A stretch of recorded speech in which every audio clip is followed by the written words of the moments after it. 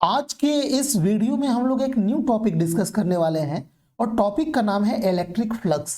ये टॉपिक इसलिए पढ़ाया जा रहा है ताकि यहाँ पे ये जो सब सिलेबस में मेंशन है गॉस लॉ और उसका एप्लीकेशन वो पढ़ाया जा सके। ठीक है, इसमें डायरेक्ट कहीं पे इलेक्ट्रिक फ्लक्स नहीं लिखा है, लेकिन गॉस लॉ या गॉस थ्योरम पढ़ाने के लिए आपको इलेक्ट्रिक फ्लक्स जानना जरूरी है। तो सबसे पहले तो मैं आप लोगों से एक बार माफी मांगना चाहूंगा क्योंकि मैं बहुत ही लंबे समय से कोई वीडियो अपलोड नहीं कर रहा था चैनल पे। कुछ काम में व्यस्त था, फाइनली वो काम खत्म हो गया है, अब मैं फ्री हो चुका हूं और अब आप लोगों का बहुत ही जल्दी वीडियो आएगा और मेरा पूरा कोशिश रहेगा कि एग्जाम से पहले सिलेबस खत्म कर दिया जाए। साथ ही साथ आप लोगों का जो इंपॉर्टेंट क्वेश्चंस का एक सीरीज है वो भी स्टार्ट कर दिया जाए। ठीक है, जैसा कि आप लोग जान रहे हैं हम लोग बीएससी थर्ड सेमेस्टर का ये जो टॉपिक है कवर कर रहे हैं। बीएससी थर्ड सेमेस्टर का जो पेपर है electromagnetic theory and modern optics, उसमें भी हम लोग पार्ट ए इलेक्ट्रोमैग्नेटिक थ्योरी शुरू किए हैं। इसमें अभी तक यूनिट फर्स्ट ही चल रहा है इलेक्ट्रोस्टैटिक्स। जल्द ही मैं इसका पार्ट बी मॉडर्न ऑप्टिक्स भी साथ में शुरू कर दूंगा अगले सप्ताह से। ठीक है, तो अब आप लोग रेडी हो जाइए, बहुत ही जल्दी वीडियो आपको मिलने वाले हैं। ठीक है, फिलहाल इसके आज के इस वीडियो में हम लोग ये इलेक्ट्रोमैग्नेटिक थ्योरी जो पार्ट ए है इसके यूनिट फर्स्ट इलेक्ट्रोस्टैटिक्स का गॉस लॉ पढ़ने के लिए इलेक्ट्रिक फ्लक्स को हम लोग डिस्कस करने वाले हैं इस वीडियो में। ठीक है, छोटा सा ये टॉपिक रहेगा, तो चलिए वीडियो का शुरुआत करते हैं। यहाँ पे ये जो टॉपिक है ये इलेक्ट्रिक फ्लक्स है। ठीक है, इलेक्ट्रिक फ्लक्स, यहाँ पे जो वर्ड फ्लक्स है ना, ये कहीं ना कहीं एक बंच गुच्छा को प्रदर्शित करता है। तो इलेक्ट्रिक फ्लक्स को पहले हम लोग इसका व्यवहारिक डेफिनेशन देखते हैं कि व्यवहारिक तौर पे ये इलेक्ट्रिक फ्लक्स बोलते किसे हैं।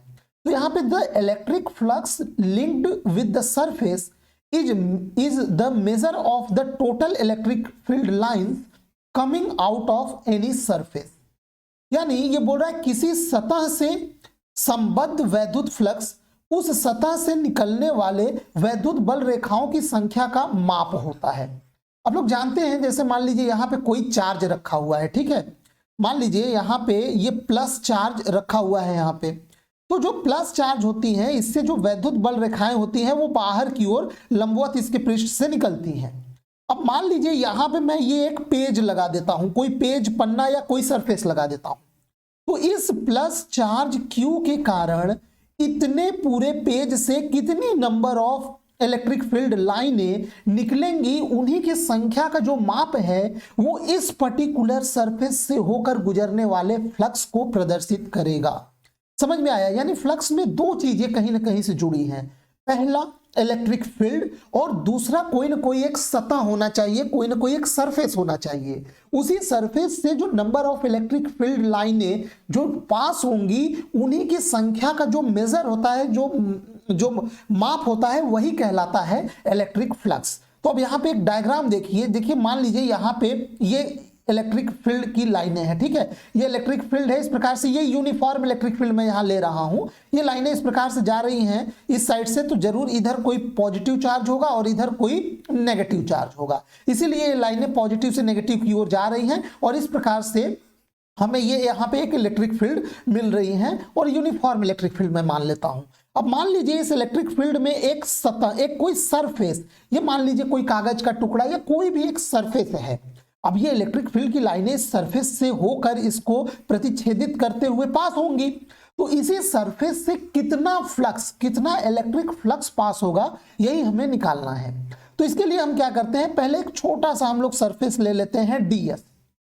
अब ये जो ds होता है, सरफेस एलिमेंट होता है, वो सदिश राशि होती है और इसका दिशा क्या होता है, उसी सरफेस पे लंबवत बाहर की ओर जो वेक्टर बनाते हैं वही होता है एरिया वेक्टर या एरिया सदिश ds वेक्टर। देखिए ds जो है वो केवल और केवल इस छोटे से एरिया का परिमाण है। मान लीजिए ये पूरा जो एरिया था, बड़ा वाला ये एरिया, मान लीजिए वो 50 मीटर स्क्वायर का है। आपने एक छोटा सा एरिया ds कट किया, वो मान लीजिए 2 मीटर स्क्वायर का है।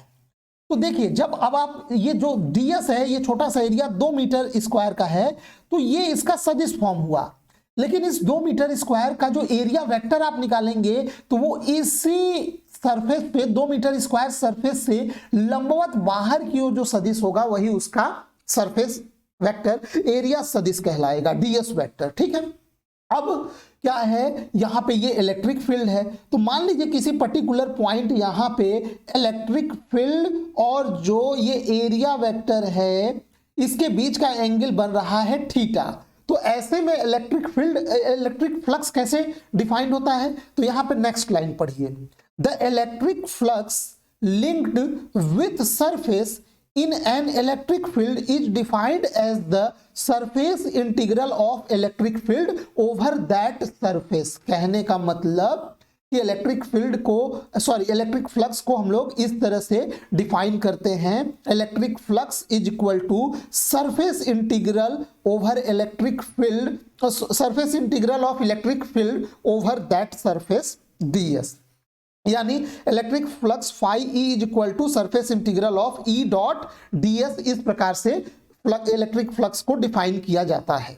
अब मान लीजिए कि जो इलेक्ट्रिक फील्ड है वो यूनिफॉर्म है, तो यूनिफॉर्म इलेक्ट्रिक फील्ड का मतलब हुआ कांस्टेंट, तो ये ई बाहर हो जाएगा और ds का आप इंटीग्रेशन करेंगे तो वो पूरा सरफेस आ जाएगा s, और यहां पे फिर इस एक और फॉर्मूला आपको मिलेगा ई डॉट ds वेक्टर फॉर्म में, और इसी को आप वेक्टर फॉर्म में ओपन कर दे तो E into S into cos theta बनेगा, जहां पे थीटा इलेक्ट्रिक फील्ड और सरफेस वेक्टर, एरिया वेक्टर के बीच का एंगल है। ठीक है, ये इलेक्ट्रिक फ्लक्स। अच्छा, इस फॉर्मूले का मतलब जरा समझिए। जैसे मान लीजिए यहां पे ये इलेक्ट्रिक फील्ड की लाइनें हैं इस प्रकार से, आपके हाथ में एक पेज है, पन्ना, और आपने इस पेज को इस प्रकार से यहाँ पे इसके डायरेक्शन में इस प्रकार से लंबवत रख दिया इलेक्ट्रिक फील्ड के। अब यहाँ पे ये इलेक्ट्रिक फील्ड इस डायरेक्शन में जा रहा है और ये पेज सामने इस प्रकार से है, तो इस पेज के बीच में एंगल कितना बनेगा, 90 डिग्री। तो उस केस में इसमें सबसे ज्यादा फ्लक्स इस पेज से पास होगा। ठीक है, 90 डिग्री पे। अच्छा, मान लीजिए यही इलेक्ट्रिक फील्ड इस डायरेक्शन में है और आपने उस पेज को इस प्रकार से रख दिया, ये पेज जैसे हॉरिजॉन्टल रख दिया, तो अब यहां से ये इलेक्ट्रिक फील्ड और इसका जो एरिया सदिश है, सॉरी यहाँ पे एक मिस्टेक हो गया, यहाँ पे एक मिस्टेक ये हो गया, मिस्टेक यहाँ पे ये हुआ है कि जब ये इलेक्ट्रिक फील्ड की लाइनें इस डायरेक्शन में है और आपने ये पेज यहाँ पे इस प्रकार से रखा है, तो ये जो पेज पे जो इसका ds वेक्टर होगा वो लंबवत इस पेज से बाहर की ओर होगा। तो इलेक्ट्रिक फील्ड E वेक्टर और S वेक्टर कह लीजिए या ds वेक्टर, उसके बीच में एंगल जो बनेगा वो बनेगा 0 डिग्री, और 0 डिग्री बनने के कारण cos 0 डिग्री का मान कितना हो जाएगा, 1, और उस केस में फ्लक्स इस पेज से, इस एरिया से मैक्सिमम पास होगा E इंटू एस। दूसरा केस ले लीजिए कि आप इस पेज को इस प्रकार से न रख के उसको इस प्रकार से हॉरिजॉन्टल आप लिटा दें ये पेज, तो अब आप देख रहे हैं ये जो पेज है अगर इस प्लेन में है तो इसका एरिया वेक्टर किधर जाएगा, इसका एरिया वेक्टर लंबवत ऊपर की ओर या बाहर की ओर इधर नीचे जाएगा। तो इस केस में जो इलेक्ट्रिक फील्ड जो है और जो S वेक्टर ये है और जो इलेक्ट्रिक फील्ड वेक्टर E है, इनके बीच में एंगल बन जाएगा 90 डिग्री, और 90 डिग्री बन जाएगा तो cos 90 का मान कितना हो जाएगा, 0, और इस केस में जो फ्लक्स, जो इलेक्ट्रिक फ्लक्स इस पेज से पास होगा वो हो जाएगा 0 हो जाएगा।